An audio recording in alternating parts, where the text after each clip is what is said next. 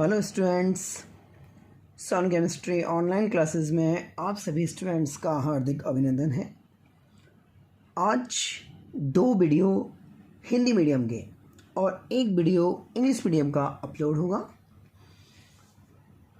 Class number 10 और 11 दोनों के वीडियो आज अपलोड हो रहे हैं। आपको एक साथ 2 क्लासेस को लर्न करना पड़ेगा। कल थोड़ा टेक्निकल इश्यू था, अपलोड नहीं हो पाया, नहीं तो पर डे आपको 1 वीडियो मिलेगा। जितने भी व्यूअर्स हमारी ऑनलाइन क्लासेस का हिस्सा हैं उन सभी को ये पता है कि अभी बेसिक चल रहा है और बेसिक बस एंडिंग जोन पे है और बेसिक एंड होते ही हम चैप्टर स्टार्ट करेंगे, जिसकी PDF आपको डिस्क्रिप्शन से मिलेगी। सन केमिस्ट्री क्लासेस में मैं आप सभी स्टूडेंट्स से ये उम्मीद करता हूँ कि आप बहुत अच्छे ढंग से प्रीवियस वीडियोस को देख रहे हैं, कमेंट दे रहे हैं। उससे ऐसा लगता है कि आप केमिस्ट्री के प्रति बहुत ही ज़्यादा सेंसिटिव हैं। मुझे अच्छा लग रहा है व्यूअर्स की संख्या बढ़ती हुई देखकर, और मुझे ये अनुभव हो रहा है कि शायद ऑनलाइन क्लासेस में भी हम वही कंटेंट दे पाते हैं जो हम ऑफलाइन क्लासेस में दे पाते हैं। बेसिक को आगे बढ़ाते हुए क्लास नंबर 11 में मैं बताना चाहूँगा कि अभी तक मैं आपको 6 टॉपिक और लगभग 7 संरचनाओं को कंप्लीट कर चुका हूँ। हमें 10 टॉपिक और लगभग 25 संरचनाओं को लर्न करना है, तब जाके हमारा बेसिक स्ट्रांग होगा। पुराने जितनी भी बातें हैं, जितने भी मैंने टॉपिक कराए हैं, उनका थोड़ा सा रिवीजन भी करना पड़ता है। जैसे RCOR क्या होगा? एस्टर। और COOR क्या होगा? अम्ल एनहाइड्राइड। बेंजीन का खोज करता माइकल फेराडे। ओजोन को बनाया सोनवाइन ने। ये चीज़ें हम 15 मिनट तक रिपीट कराते हैं ऑफलाइन क्लासेस में, जिससे बच्चों को याद हो।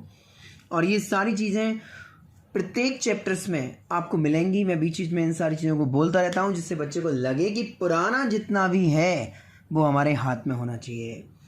शुरुआत से जो बच्चे पढ़ रहे हैं उन्हें पता होगा कि हमने केमिस्ट्री की परिभाषाओं से इसको स्टार्ट किया है और अब हम बेसिक को अपने को एंड करने की ओर अग्रसर हैं। लेकिन उससे पहले अभी काफ़ी कुछ लर्न करना है इन 2-3 दिनों में। आज क्लास नंबर 11 में मैं आपको टॉपिक नंबर 7 कराता हूँ। बच्चों, ये यकीन रखिएगा, जो बेसिक आप मुझसे पढ़ रहे हैं ये हमारे सिलेबस का पार्ट है और ये चैप्टर के बीच बीच में आपको मिलते रहेंगे। टॉपिक नंबर 7 हमारा एक ऐसा टॉपिक है जो बोर्ड का इम्पोर्टेंट जोन है और आपको बहुत अच्छे ढंग से मैं इस क्लास के माध्यम से इसे कराने जा रहा हूँ। टॉपिक नंबर 7 का नेम है पेप्टाइड श्रेणी। I like to say peptide series। बच्चों, ये क्वेश्चन 1 नंबर में टोटली इम्पोर्टेंट है राजस्थान बोर्ड और NCERT सिलेबस के पॉइंट ऑफ व्यू से। पेप्टाइड श्रेणी देखिए, पुराने वीडियोस में आप मुझसे अमीनो अम्ल पढ़ चुके हैं, इसलिए मैं पूरी उम्मीद करता हूं कि अमीनो अम्ल को आप लोग अच्छे ढंग से जानते होंगे। जिन्होंने अमीनो अम्ल को नहीं पढ़ा है वो पुराने वीडियो देखकर अमीनो अम्ल की स्टडी बेहद आसानी से कर सकते हैं। अमीनो अम्ल शब्द मैं क्यों यूज़ कर रहा हूँ उसके बारे में आपको थोड़ा सा खुल के बताता हूँ। जैसे मैंने एक कंपाउंड लिखा CH2 bond COOH bond NH2। शायद पुराने स्टूडेंट सारे जानते होंगे, जब किसी यौगिक के अंदर NH2 अमीनो समूह, COOH अम्ल समूह दोनों एक साथ होते हैं तो उसे हम कहते हैं अमीनो अम्ल। आई लाइक टू से अमाइनो एसिड। मैं जानता हूं कि आप जानते होंगे, और नहीं जानते हैं तो आज सीखिए। NH2 ग्रुप अमीनो वर्ड का इंडिकेशन है, COOH ग्रुप अम्ल वर्ड का इंडिकेशन है, और जब ये दोनों ग्रुप एक साथ होते हैं तो उसे हम कहते हैं अमीनो अम्ल, अमीनो एसिड। चलो एक और बार, NH2 bond CH bond CH3 bond COOH। आप बस इतना बताइए कि क्या ये अमीनो अम्ल है? NH2 अमीनो समूह, COOH अम्ल समूह, दोनों एक साथ 100% हम इसको नाम देते हैं अमीनो अम्ल, अमीनो एसिड। चलो एक और बार, NH2 bond CH, CH2 bond OH bond COOH। बस इतना बताइए कि क्या इस यौगिक में अमीनो समूह NH2, अम्ल समूह COOH दोनों अवेलेबल हैं? 100% अवेलेबल हैं। और जिनमें ये दोनों अवेलेबल हैं हम उसे नाम देते हैं अमीनो अम्ल। स्टूडेंट्स, अमीनो अम्लों को पहचानना मैं प्रीवियस क्लासेस में आपको बेहद आसानी से करा चुका हूँ, और अब भी मैं आपसे ये रिक्वेस्ट करता हूँ कि अमीनो अम्ल एक ऐसा टॉपिक है जो राजस्थान बोर्ड में 100% आएगा। उससे रिलेटेड चाहे ज्यूट्राइन आ जा, अमीनो अम्लों की भौतिक गुण आ जा, पेप्टाइड श्रेणी आ जा, लेकिन टॉपिक आएगा ज़रूर। अच्छा, अब आप सोच रहे होंगे 3 अमीनो अम्लों को मैंने इस तरीके से क्यों लिखा है। पता है, पुराने वीडियोस को देखने वाले स्टूडेंट ये बात जानते हैं कि हमारे जैविक शरीर में अमीनो अम्लों की संख्या होती है 20, जिनमें से 10 बनते हैं और 10 नहीं बनते। जो 10 नहीं बनते, जो हमें बाहर से लेने पड़ते हैं, हम उसे नाम देते हैं अनिवार्य अमीनो अम्ल, आवश्यक अमीनो अम्ल, इसेंशियल अमीनो एसिड। शायद याद होगा। चलो, याद नहीं भी है, अपन तो आज के टॉपिक पे आते हैं। पेप्टाइड श्रेणी आपको पढ़ाते हैं। ये पहला अमीनो अम्ल, ये दूसरा अमीनो अम्ल और ये तीसरा अमीनो अम्ल। मैंने 3 अमीनो अम्ल लिए हैं प्राइम लोकेशन पर आपको समझाने के लिए। बाकी हमारी बॉडी के अंदर ऐसे 20 प्रकार के अमीनो अम्ल होते हैं। पता है स्टूडेंट्स, जब हमारी बॉडी टेम्परेचर गेन करती है, चाहे वो सनलाइट से हो या हमारे अंदर मेटाबॉलिक रिएक्शन चलती हो, वापसी अभिक्रियाएं चलती हों, तो टेम्परेचर के बढ़ने पर अमीनो अम्ल आपस में जॉइंट होते हैं। मान लीजिए ये 3 अमीनो अम्ल हमारी बॉडी के अंदर आपस में जॉइंट होना चाहते हैं।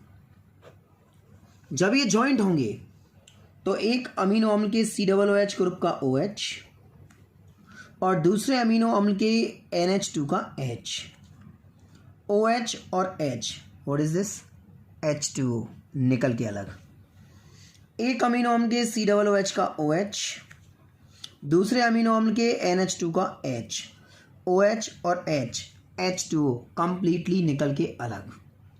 टोटल 3 अमीनो अम्लों को जॉइंट करने पर 2 जल के अणु टोटली निष्कासित हो जाते हैं। मान लीजिए -2H2O। अब बची हुई स्ट्रक्चर्स को आपको, यदि मैंने आपको बेसिक बहुत अच्छे ढंग से पढ़ाया है तो इसको थोड़ा मेंटेन करिए। देखिए कैसे।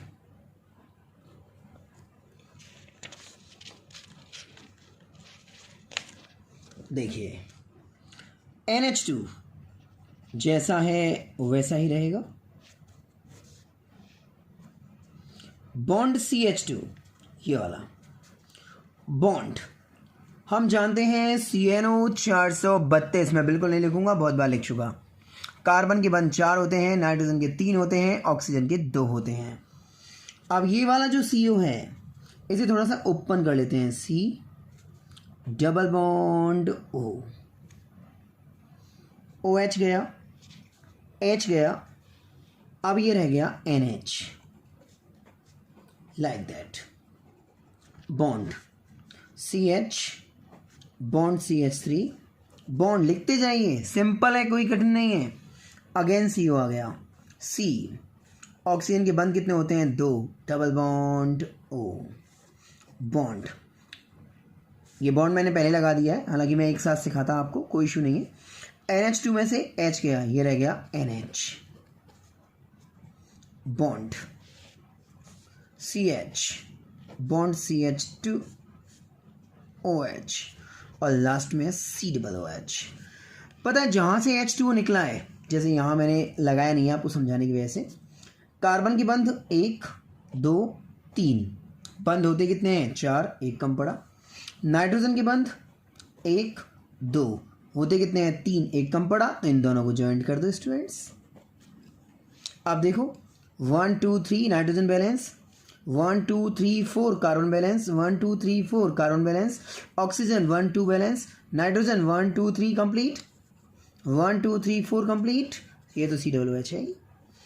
इसका मतलब आपने 3 अमीनो अम्लों में से 2 जल के अणुओं को हटाकर अपनी बुद्धि का इस्तेमाल करके तत्वों के बंधों को मेंटेन करके एक श्रेणी डेवलप की।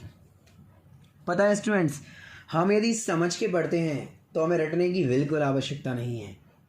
2 या 2 से अधिक अमीनो अम्लों के परस्पर जुड़ने से प्राप्त होने वाली श्रेणी कहलाती है पेप्टाइड श्रेणी। कोई कठिन चीज़ नहीं है। अच्छा, सवाल पैदा ये होता है कि सर हमारी बॉडी के अंदर 20 प्रकार के अमीनो अम्ल हैं, तो क्या इन 3 अमीनो अम्लों में से ही क्वेश्चन आएगा? देखो यार, सिलेबस में तो ये 3 को रिप्रेजेंट कर रखा है।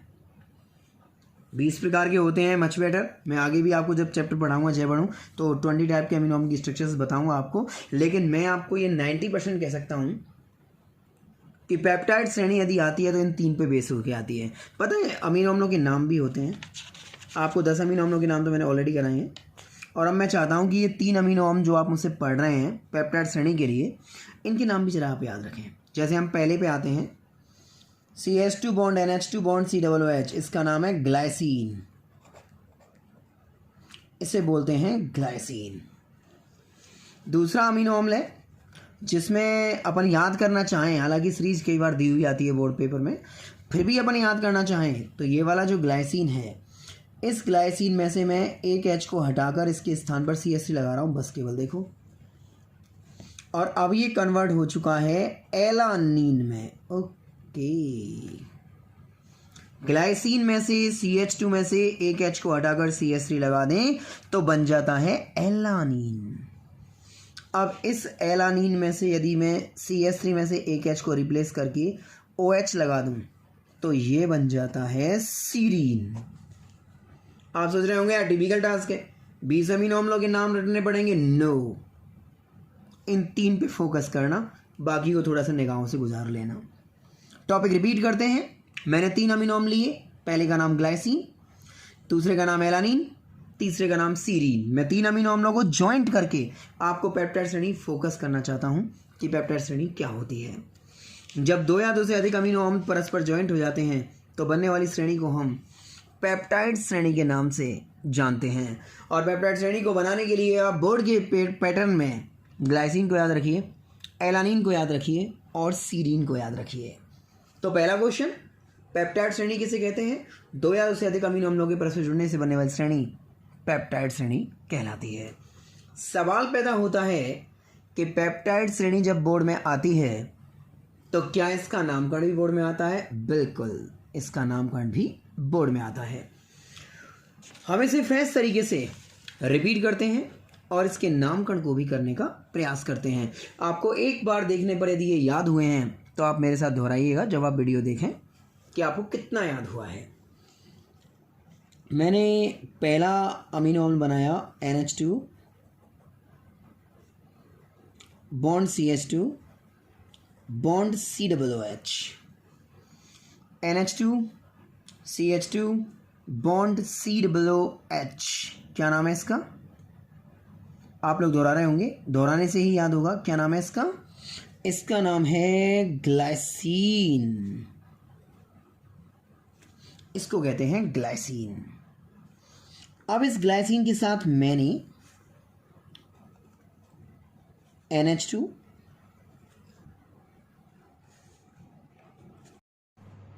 अब इस ग्लाइसिन के साथ मैंने NH2 CH bond CH3 bond COOH को लिखा। इसका नाम है एलानीन अमीनो अम्ल। अब इस एलानीन अमीनो अम्ल के साथ में मैंने तीसरा अमीनो अम्ल NH2 bond CH bond CH2 bond OH bond COOH, इसका नाम है सीरीन। ये 3 अमीनो अम्ल अपने दिमाग में आप सेटअप बना लीजिए। Glycine CH2 bond NH2 bond COOH, glycine में से एक H को हटाकर CH3 लगाया एलानीन, एलानीन में से CH3 में से एक H को हटाकर OH लगा दिया सीरीन। अब इन 3 अमीनो अम्लों को यदि हम ज्वाइंट करते हैं, इन 3 अमीनो अम्लों को यदि हम ज्वाइंट करते हैं तो ज्वाइंट करते समय एक अमीनो अम्ल का COOH का OH और दूसरे अमीनो अम्ल का H, एक अमीनो अम्ल के COOH का OH और दूसरे अमीनो अम्ल का H, 2H2O निकल के अलग, यहाँ आप 2H2O प्लस कर सकते हैं या फिर आप यहाँ -2H2O कर सकते हैं।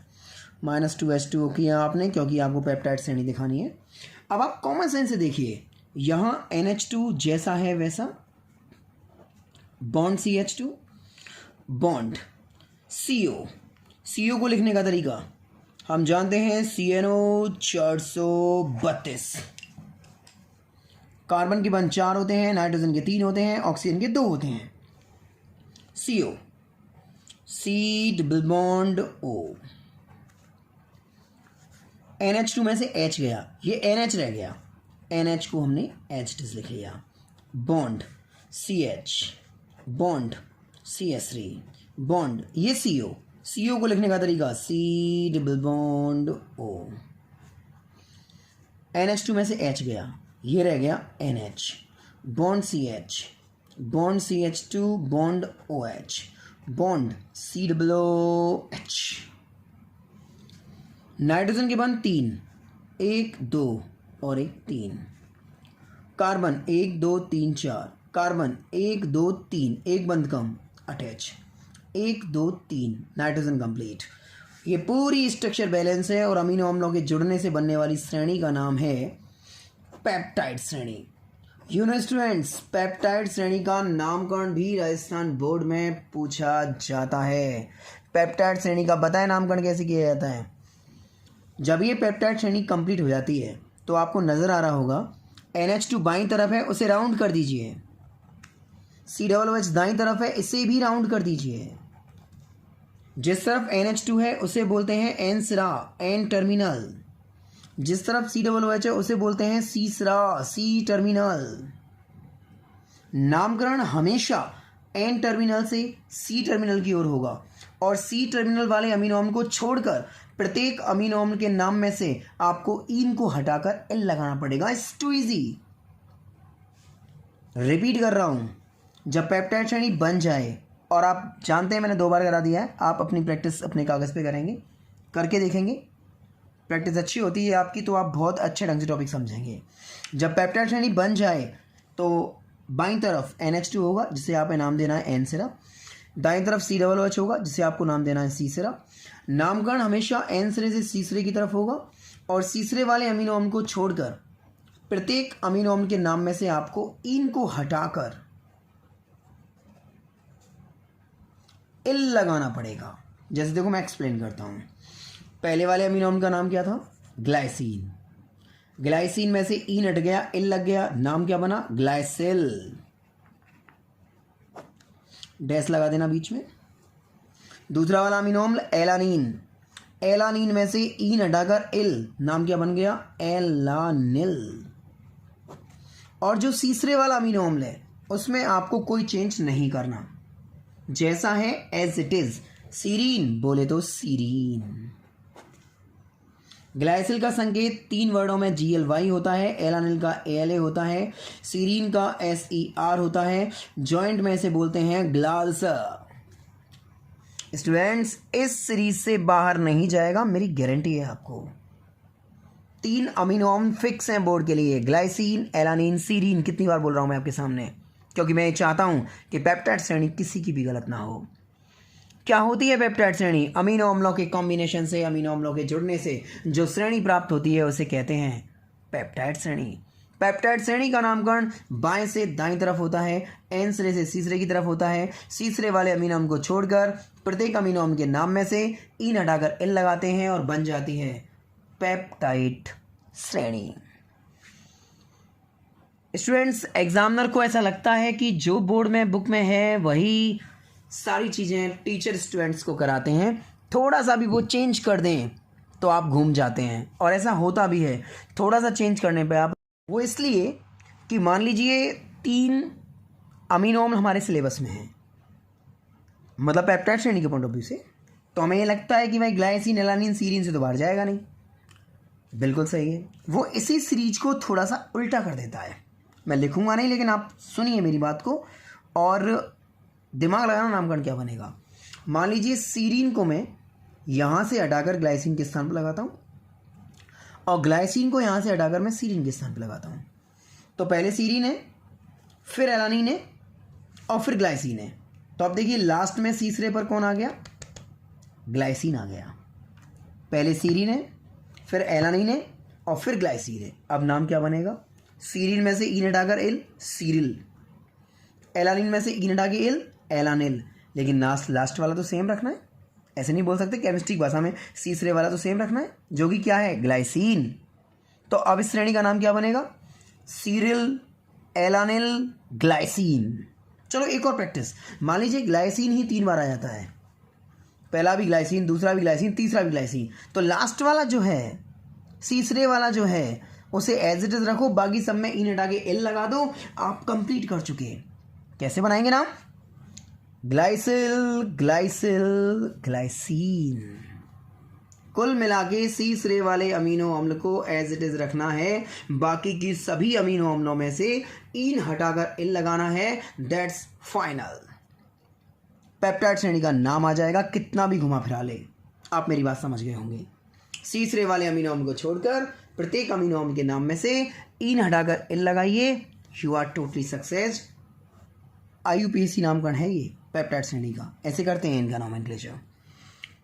अब बात करते हैं पेप्टाइड श्रेणी जो हमने नामकरण के पॉइंट ऑफ व्यू से पढ़ ली, हमने इसकी परिभाषा भी जान ली कि भाई पेप्टाइड श्रेणी अमीनो अम्लों के कॉम्बिनेशन से बनती है। मैं इसको बहुत बार बोलूँगा, मेरे सारे वीडियोस में देखना, आपको याद आएगा पुराना जो हमने पढ़ा है वो हमें याद है या नहीं, कि भाई अमीनो अम्लों के जुड़ने से बनती है पेप्टाइड श्रेणी। असंतृप्तता गुणांक निकालने का फॉर्मूला होता है 2n1 - n2 - 2/2। ये सारी चीज़ें रटी होनी चाहिए। आपको पता है टॉपिकों के साथ साथ हमें संरचनाओं को भी क्लैरिफाई करना है। संरचनाओं को भी 25 की संख्या में हमें पढ़ना है, रटना है, समझना है और थोड़ी ट्रिक लगाकर उनको बनाना है। तो आज की क्लास में टॉपिक के साथ साथ हम एक स्ट्रक्चर और कर लेते हैं। आपको याद होगा हम पुरानी संरचनाओं में यूरोट्रोपिन पढ़ चुके हैं, पैरा एल्डिहाइड पढ़ चुके हैं, मेटा एल्डिहाइड पढ़ चुके हैं, मेटा येलो हाइड्रोक्विनोन पढ़ चुके हैं, गॉसिपॉल पढ़ चुके हैं और हम सिवेटोन भी पढ़ चुके हैं। क्लोरेमफेनिकॉल भी पढ़ चुके हैं, जिसका व्यापारिक नाम क्लोरोमाइसिन था और जो 1947 में डिस्कवर हुआ। अब हम नेक्स्ट स्ट्रक्चर की बात करते हैं। मैं बताना चाहूँगा कि बेसिक में टॉपिक और स्ट्रक्चर ये 2 चीज़ें करनी पड़ती हैं। टॉपिक हम लगभग 7 कर चुके पेप्टाइड श्रेणी के नामकरण तक, और अब स्ट्रक्चर्स पे हम आते हैं। तो नेक्स्ट स्ट्रक्चर है अपना पेनिसिलिन। पेनिसिलिन को जनरली सुनते रहते हैं हम, किसी के फोड़े फुंसी निकले हैं तो पेनिसिलिन का इंजेक्शन लगा देते हैं। पेनिसिलिन एक एंटीबायोटिक ड्रग है, पेनिसिलिन एक एंटीबायोटिक मेडिसिन है, पेनिसिलिन एक प्रतिजैविक औषधि है। ये हमें दैनिक जीवन रसायन वाले चैप्टर में मिलेगा। पेनिसिलिन की अलग से स्ट्रक्चर बोर्ड पूछता है, और मैं चाहूँगा कि पेनिसिलिन की स्ट्रक्चर आप लोग ट्रिक से बनाना सीखें, क्योंकि स्ट्रक्चर ऐसी है कि उसको थोड़ा सा बनाने में दिक्कत है, उसका पता आपको भी लग जाएगा। पेनिसिलिन की स्ट्रक्चर को तरीके से बनाने के लिए ये स्ट्रक्चर नंबर 8 है। पेनिसिलिन की स्ट्रक्चर को बनाने के लिए हम थोड़ी ट्रिक का इस्तेमाल करते हैं। फर्स्ट ऑफ ऑल हम एक पंचभुज बनाते हैं। इस पंचभुज के साथ हम एक वर्ग लगाते हैं इस तरीके से, एक झोंपड़ी नुमा संरचना। जिस ट्रिक से मैं आपको बता रहा हूँ वो केमिस्ट्री का नहीं है भैया बेस, ये केवल ट्रिक है बनाने का। इस पंचभुज मतलब झोंपड़ी नुमा संरचना में स्टाइल से अनुसार S डबल बॉन्ड O और यहाँ पे लगेगा नाइट्रोजन। जब आपको प्रैक्टिस हो जाए तो आप ये पूरी लाइन में बनाना, बीच में नाइट्रोजन के लिए जगह रखना। SON लेफ्ट हैंड साइड में एमाइड और C double bond O bond NH2। उम्मीद करता हूँ क्रियात्मक समूह वाले टॉपिक से याद होगा आपको, और याद नहीं है तो आप वीडियोस को रिवाइंड कर करके देखते रहिए। ये अम्ल एमाइड है जिसकी गंध सड़े चूहे के समान होती है। इस अम्ल एमाइड को हम ज्वाइंट करते हैं इस स्ट्रक्चर से। अब लगाते हैं CnO 432। स्टार्टिंग से लगाते हैं। 1 बंद, 2 बंद, 3 बंद, 4 बंद। एक ज़्यादा है, हटाना पड़ेगा, या तो इस H को हटाओ या इस H को हटाओ। हमें इस तरीके से प्रैक्टिस करनी है। और जब हम बोर्ड में बनाएं तो पहले से ही H मत लगाना। ये तो मैं आपको ट्रिक बता रहा हूँ बनाने की। ऐसे यहाँ कार्बन है, जहाँ रेखा मिलती है वहाँ कार्बन है। 1 बंद, 2 बंद, 3 बंद और एक 4 बंद H। 1 बंद, 2 बंद, 3 बंद और एक 4 बंद H। 1 2। अब यहाँ HS मत लगाना, यूनिवर्सली यहाँ CH3 है, क्योंकि हम स्ट्रक्चर को रट रहे हैं। कहीं अपन सिद्धांतों पे आ जाएं, अरे 2 बंद का मैं 2 H लगा दो, ये यूनिवर्सली पाए जाते हैं इनमें। अब यहाँ पे एक H है और यहाँ पे एक COOH है और आपके सामने पेनिसिलिन है। अब सर आप देखो, आप सोचो, ये संरचनाएं इस तरीके से बिल्कुल बोर्ड की बुक में बनी हुई हैं, कितनी परेशानी क्रिएट करेंगी आपके लिए। आप ये चीज़ देखिए। पेनिसिलिन बनाने की प्रैक्टिस नंबर 2। वापस से पेनिसिलिन डिज़ाइन करते हैं। फर्स्ट ऑफ ऑल हमें बनाना है एक पंचभुज। उसके साथ हमें बनाना है एक वर्ग। इस झोंपड़ीनुमा संरचना में सोनुसर S double bond O bond और ये N। इसकी लेफ्ट हैंड साइड पे अम्ल amide RC double bond O bond NH2 attach. 1 2 3 4 nitrogen के बंद होते हैं, 3 हटा दो। ऐसे इस तरीके से बोर्ड की कॉपी मत करना, रब पे जो बना के देख लेना और फिर सीधा इधर ले आना मेन पेज पे। 1 2 3 4, 1 2 3 4, एक CH3 ऊपर, एक CH3 जस्ट नीचे, इस वाले कार्बन पर HCOOH and that is penicillin. Students, penicillin का पूरा क्वेश्चन 1 नंबर में कैसे आता है। पेनिसिलिन की संरचना बताइए और यह भी बताइए कौन सी पेनिसिलिन विश्व में सबसे ज़्यादा प्रयुक्त होती है। Draw the structure of penicillin and also explain which type of penicillin is widely used in all world. कौन सी पेनिसिलिन को सबसे ज़्यादा यूज़ किया जाता है। पता है पेनिसिलिन की कई कैटेगरी हैं, penicillin G, penicillin K, penicillin F। ये बैक्टीरियाओं के नाम के आधार पर डिज़ाइन की गई हैं। इन सब में कौन सी पेनिसिलिन विश्व में सबसे ज़्यादा काम में आती है। याद करने का बेहतरीन तरीका, विश्व में सबसे ज़्यादा बिकने वाला, चलो विश्व तो नहीं, भारत में सबसे ज़्यादा बिकने वाला बिस्कुट का पैकेट पार्ले जी, ऐसे ही लिखते हैं। विश्व में सबसे ज़्यादा यूज़ होने वाली पेनिसिलिन, पेनिसिलिन G। एग्जामिनर को क्या पता हमने पार्ले जी लिखा है या पेनिसिलिन G लिखा है। Answer is two right. Penicillin G विश्व में विस्तृत तरीके से प्रयुक्त की जाने वाली पेनिसिलिन है। बच्चों, बेसिक में हम जिन चीज़ों को पढ़ते हैं वो बोर्ड में आएंगी और हमारा बेसिक स्ट्रॉन्ग है तो सारे चैप्टर्स पे पकड़ रहेगी हमारी 101%, ये तय समझिएगा। और मैं ये जानता हूँ कि आप लोग ये जानते होंगे कि हम बेसिक को यदि कंप्लीट करते हैं तो हमारे केमिस्ट्री का प्रत्येक चैप्टर हमारे होल्ड में रहेगा। इसी के साथ मैं आज के वीडियो को स्टॉप करता हूँ। नेक्स्ट वीडियो के लिए देखते रहिए सोनू केमिस्ट्री सर का online channel. Have a great night and sweet dreams from Sonu sir.